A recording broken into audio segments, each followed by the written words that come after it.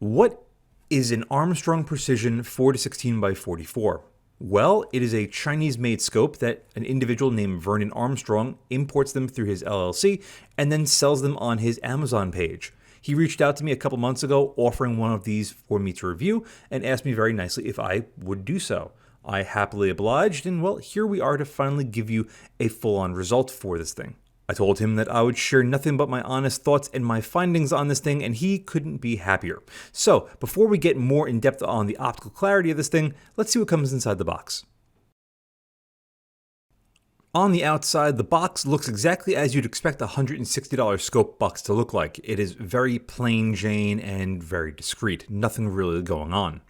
Taking off the lid shows that we do have a scope inside, as well as a small box that's going to house the rings.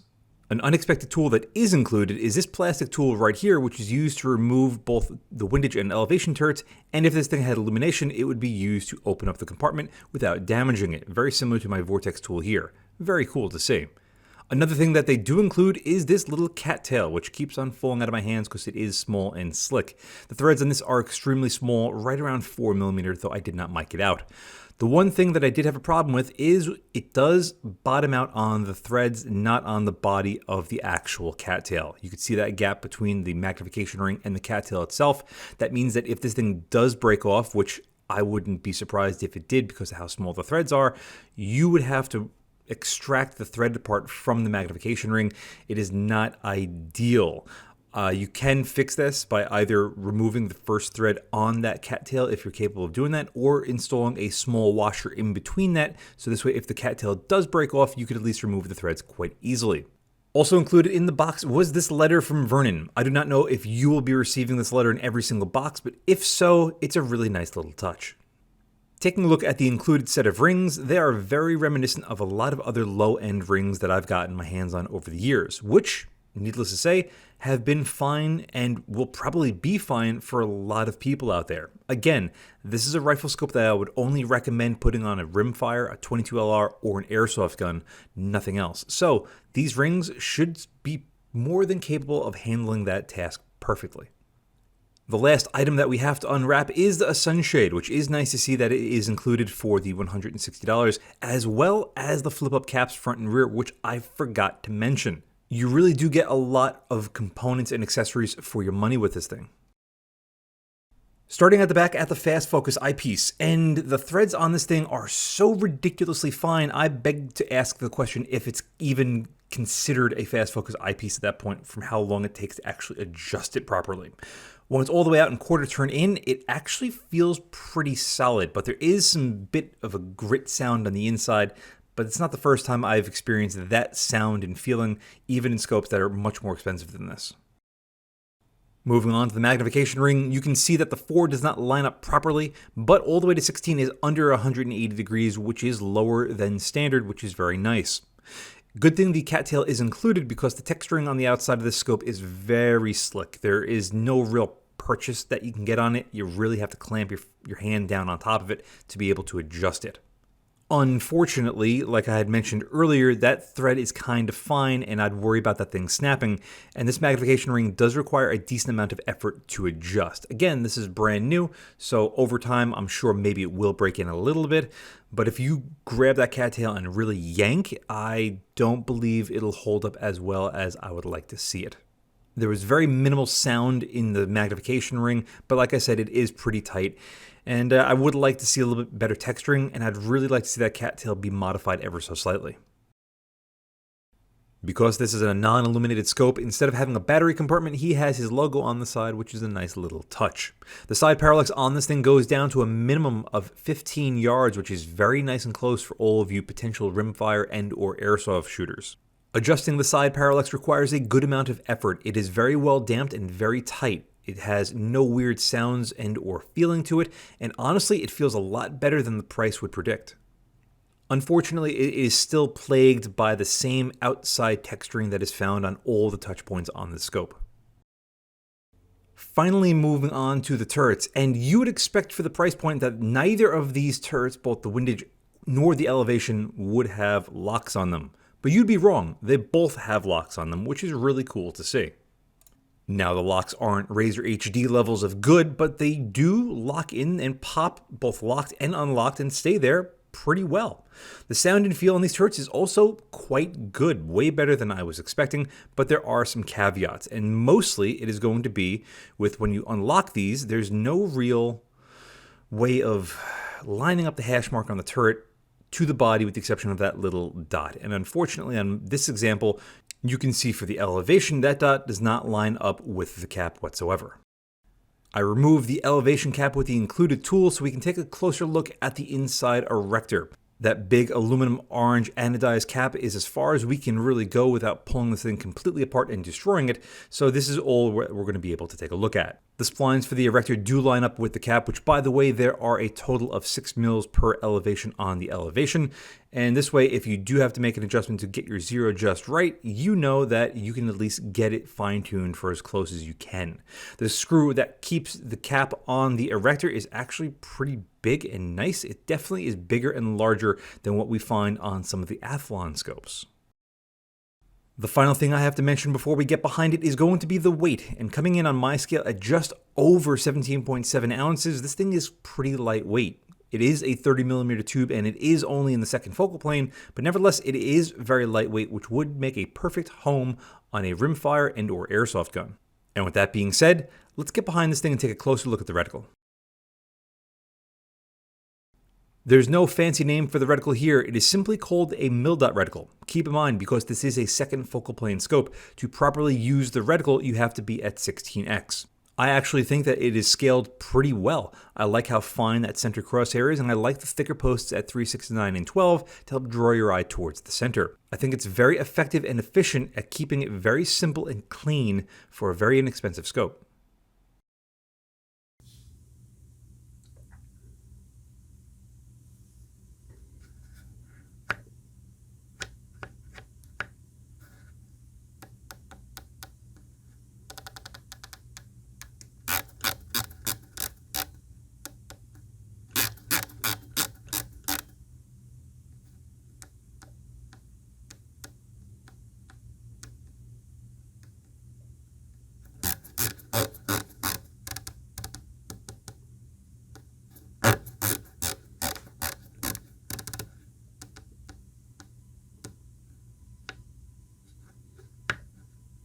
Sound, feel, and lockup is honestly more than acceptable for the price point. However, because there is no zero stop, do not lose track of where you started from and where you wound up.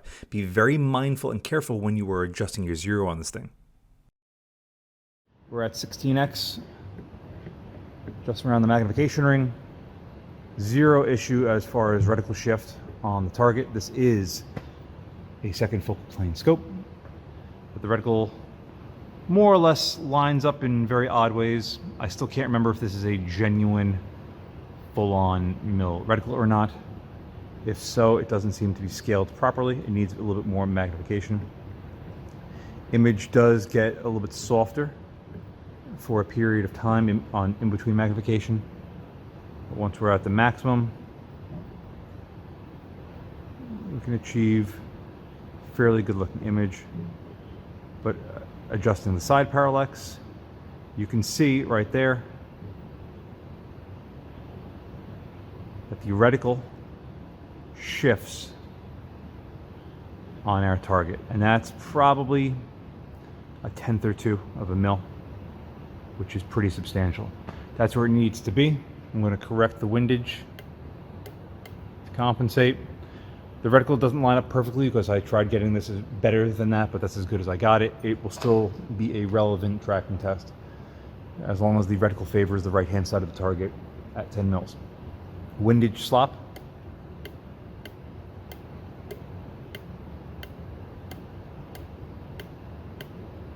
Pretty good. Elevation slop. Well, I went 2 there.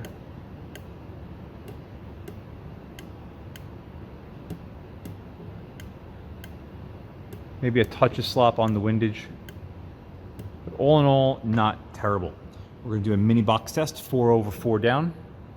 We're up. 1, 2, 3, 4, 5, 6, 7, 8, 9, 10. 1, 2, 3, 4, 5, 6, 7, 8, 9, 10. 1, 2, 3, 4, 5, 6, 7, 8, 9, 10. 1, 2, 3, 4, 5, 6, 7, 8, 9, 10. 1, 2, 3, 4, 5, 6, 7, 8, 9, 10. 1, 2, 3, 4, 5, 6, 7, 8, 9, 10.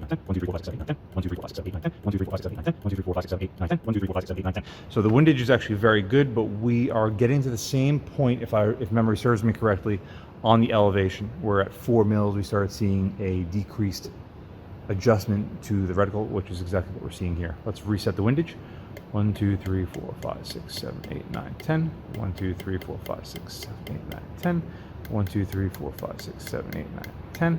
1, 2, 3, 4, 5, 6, 7, 8, 9, 10. So it looks like the elevation got minorly corrected when we started adjusting the windage. But let's continue up. 1, 2, 3, 4, 5, 6, 7, 8, 9, 10. 1, 2, 3, 4, 5, 6, 7, 8, 9, 10. 1, 2, 3, 4, 5, 6, 7, 8, 9, 10. 1, 2, 3, 4, 5, 6, 7, 8, 9, 10. 1, 2, 3, 4, 5, 6, 7, 8, 9, 10. 1, 2, 3, 4, 5, 6, 7, 8, 9, 10. So about 0.2 of a mil off at 10 mils, but it seems to correct itself more or less around the 5 to 6 mil mark, all the way up to about 9 mils, and then it tapered off a little bit at 10 mils. But while we're down here, let's see if there's any slop in the elevation.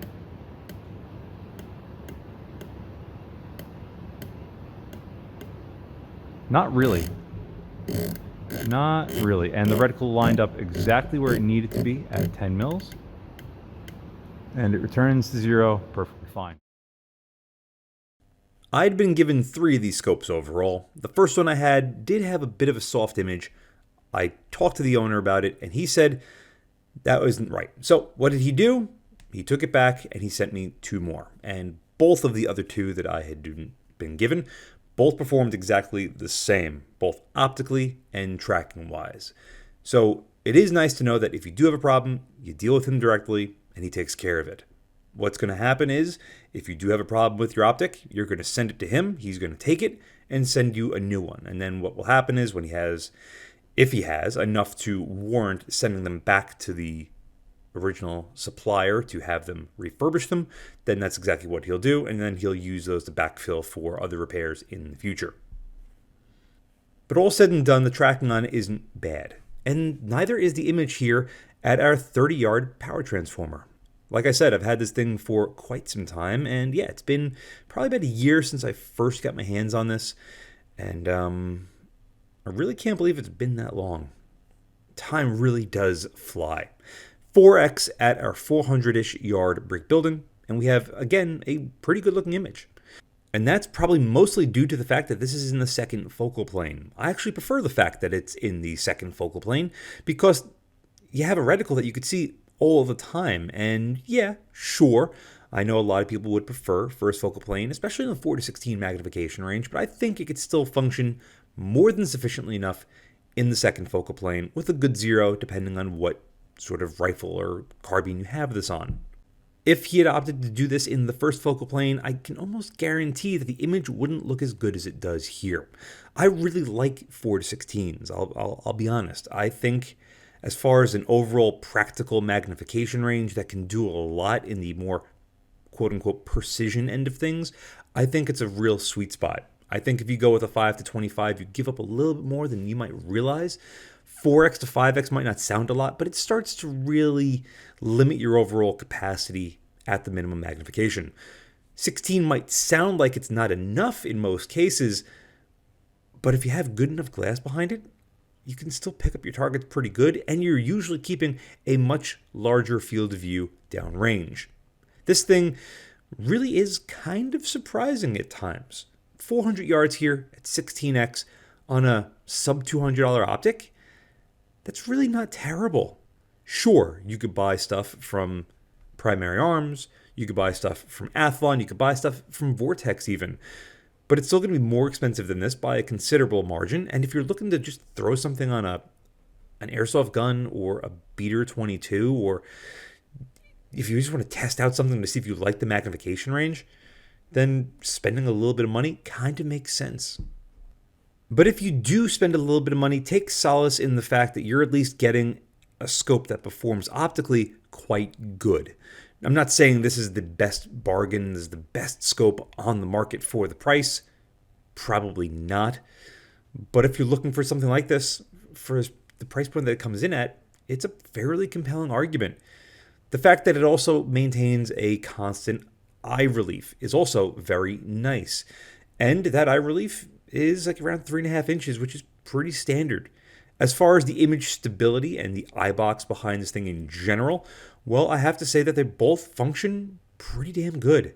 At 16x, shifting the camera around it, you can see that the reticle stays perfectly sharp, again, because it's in the second focal plane, and the image, for the most part, stays more or less pretty visible.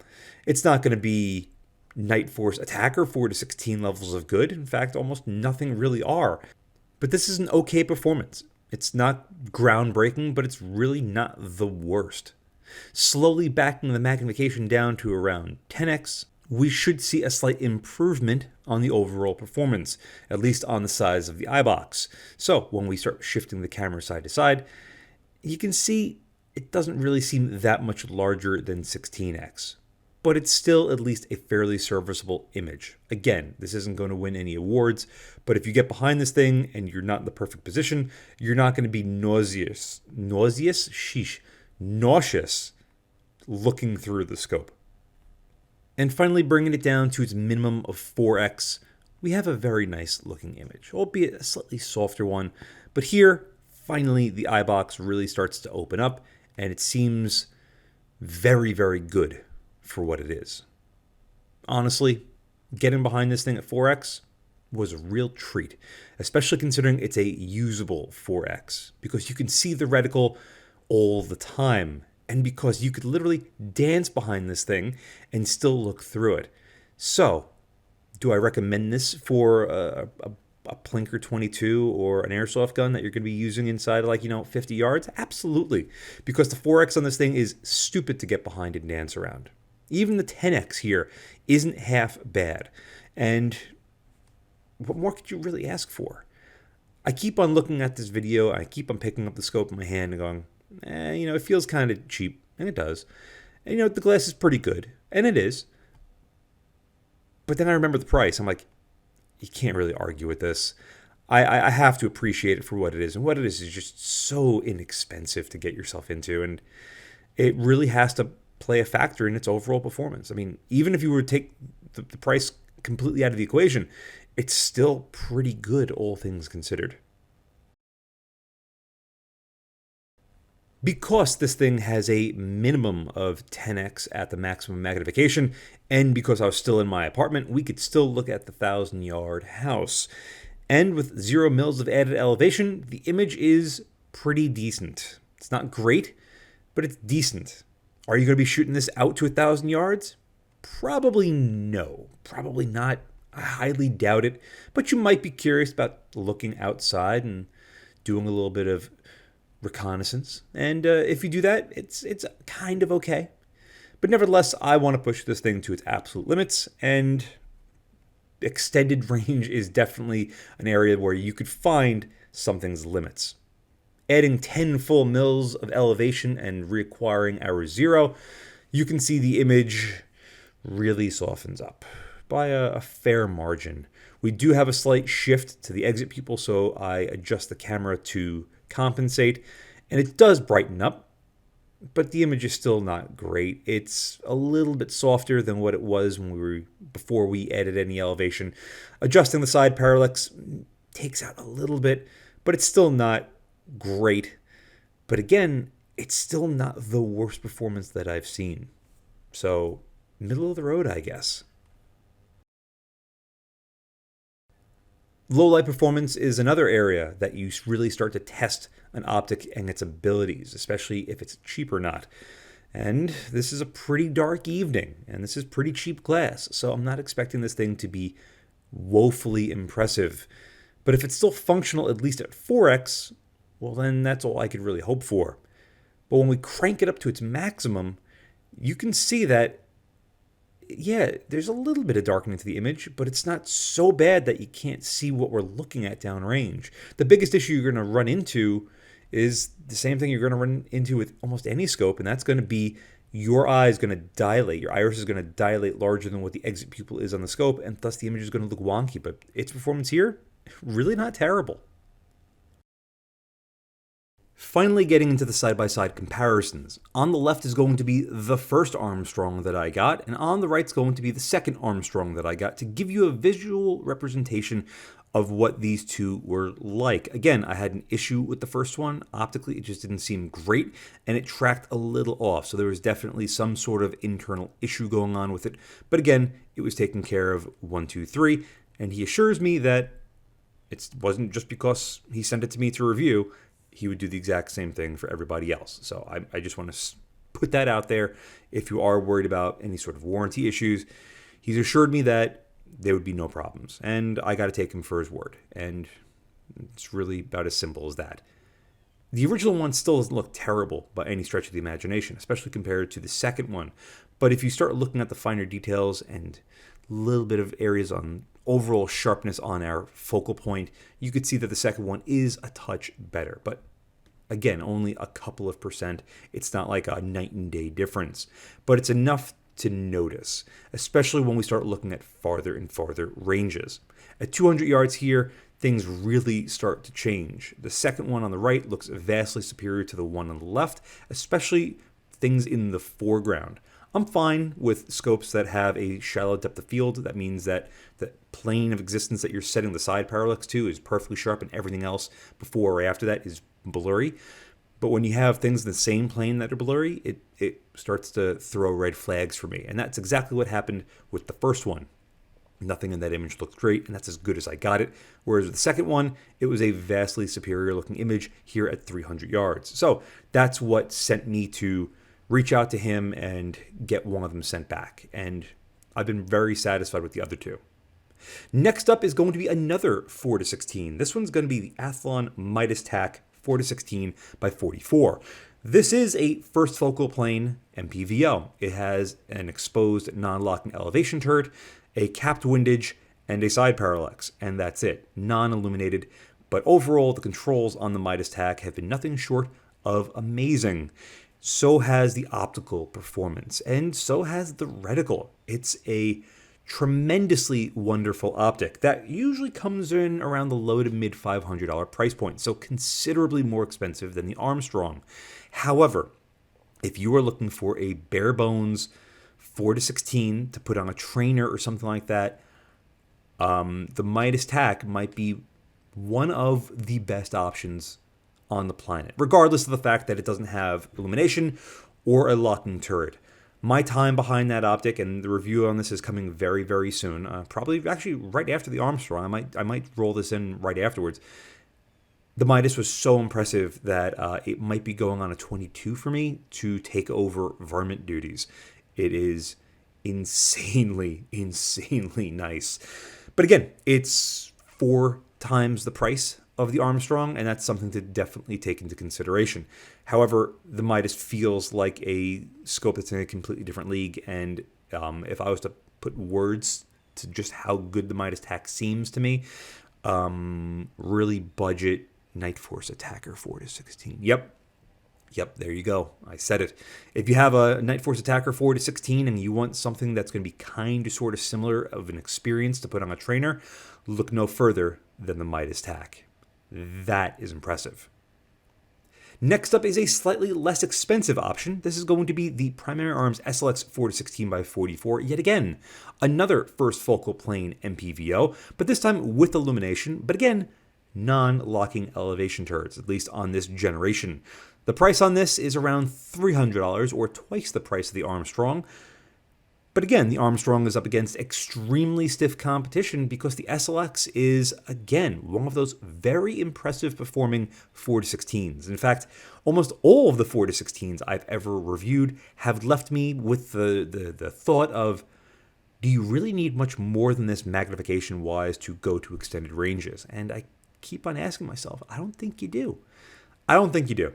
The view through the SLX is a little bit smaller, but the image is a little bit better. And by a little bit better, I mean vastly improved. It is awesome edge-to-edge sharpness. Its eyebox is super forgiving. The fact that it's got illumination is an absolute plus. Some people will not like the chevron or the donut around it. However, because the way that the reticle is designed on the SLX, without that bigger chevron in the middle or that donut, you would completely be blind to the reticle at 4 to like 6 or 7x. So it's there by design.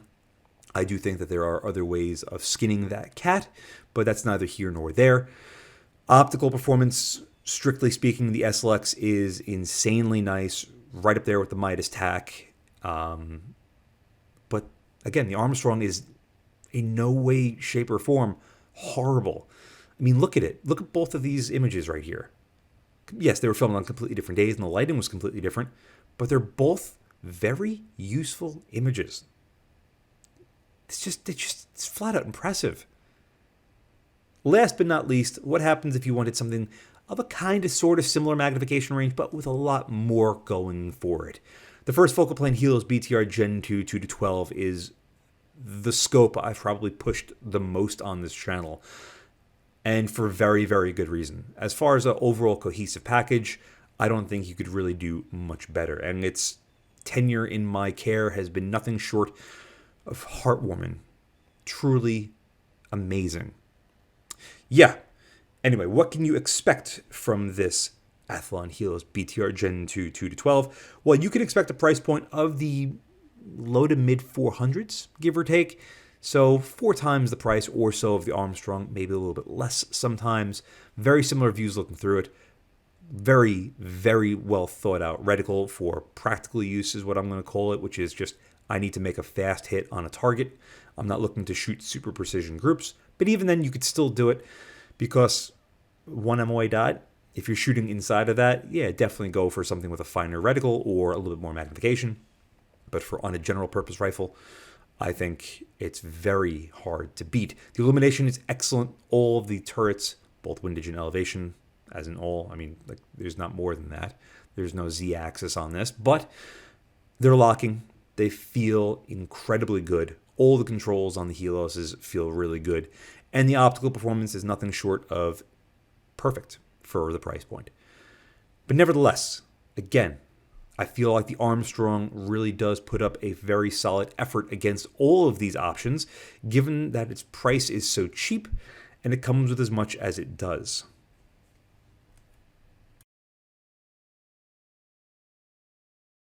To say that I was impressed by the overall optical performance and performance overall from the Armstrong would be an understatement.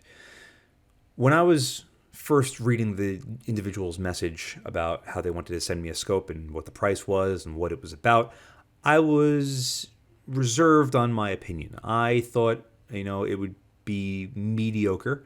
I thought maybe the optics would be okay to like 150, maybe 200 yards before it really starts to fall apart, because bad glass usually does that. The farther you go out, the worse it's going to get. And when I got this in hand, feeling wise, it was like, okay, it's definitely not blowing me away, but the controls are pretty decent and the overall setup is pretty solid. And I like the reticle because this is not a precision. I mean, granted, the name of the scope is, there's precision in the name of it, but for what it is, I have to say, I don't hate this thing. I've actually given one of them to a friend to borrow for their 22, and they really enjoy it. And they're not going to have any problems with it because they don't run their gear hard. They go to 50 yard, maybe 100 yard range every once in a while with their 22, and they just want to put holes in paper. And if you're that type of person, or if you want to give a gift of a very inexpensive scope to somebody just to try it out, you don't have to spend $500-$600 to get something that's going to work for that task. I should have and probably could have put in some Arkans into this. The Arkan SH4 4-16x50 is another very inexpensive optic that performs extremely well. But it's also much larger and much heavier than all the other options that I brought onto the table, because if you're putting it on a small airsoft gun or a light gun, you don't want to have a giant honking scope on top. But if you wanted to, again, the Arkan SH4 4-16 is another one of those optics in that magnification range that really impressed me and still does every time I think about it. As far as this scope, do I recommend it? I think so. If you're looking for something as cheap as this to throw again on a toy, absolutely no problem. Even on a decent rimfire gun that you're going to be shooting at 50 to 100 yards, absolutely no problem. If you have an issue, you reach out to the seller and they'll be more than happy to take care of you. But overall, I have to say, all honest, 100% honest on this, I don't hate this thing in the slightest. And I'm pretty happy with its overall performance. There, that's it. If this thing was more than the price, if it was over $200, I would say definitely invest in a higher end piece of glass, at least from a company that's going to have a little bit better name, something that you could find a replacement for very easily. But for the price point of this thing, there's almost nothing out there that really hits home quite like this. So, with that all being said, thank you all very much for watching. And as always, I'll see you again next time. And a huge thank you to my Patreon providers and my Subscribe subscribers. Without you, this truly wouldn't be possible. If you'd like to support my channel but don't want to join either of those, I completely understand. But you could still help by using my affiliate links in the description below, and or like, share, and subscribe as always. Again, thank you very much.